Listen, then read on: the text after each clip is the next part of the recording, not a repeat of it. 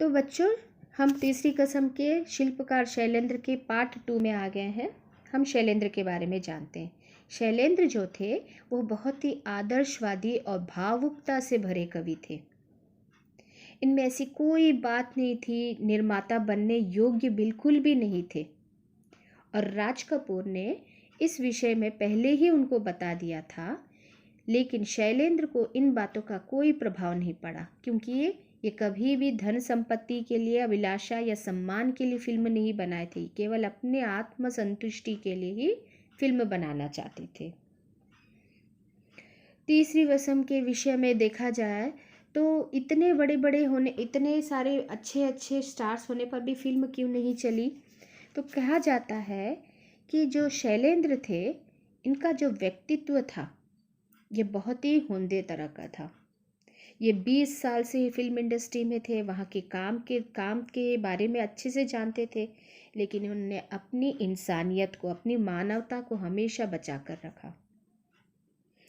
Film में पाठ में कहा गया है कि एक गीत के लिए, 3/4 नाम की एक मूवी में एक गीत था, उस गीत के लिए शैलेंद्र और शंकर जयकिशन के बीच में एक तरह का वाद विवाद हुआ। लेकिन शैलेंद्र जो थे, शंकर जयकिशन ने उस एक शब्द पर 4 दिशाएं या 10 दिशाओं, इन दोनों बात के लिए दोनों में बहस हुई। लेकिन शैलेंद्र जो थे वो जयकिशन की बात नहीं मानते हैं और उन्होंने कहा कि कलाकार का कर्तव्य है कि वह दर्शकों की रुचि में सुधार करे।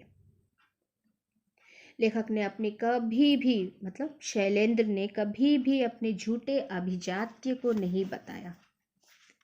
ठीक, वह कभी भी अपनी लोगों में, अपने लोग, उनका कहना था एक कलाकार अपने झूठे अभिजात्य को, मतलब अपने परिष्कृत को, अपने भावनाओं को, अपनी झूठे भावनाओं को दर्शकों के ऊपर नहीं डालना चाहिए। शैलेंद्र जो थे इतने कहा जाता है कि इस फिल्म में ये केवल एक गीतकार ही नहीं, एक कवि भी थे। ठीक, एक सच्चा हृदय कवि ही इस ऐसी फिल्म बना सकता है, लेखक का कहना है।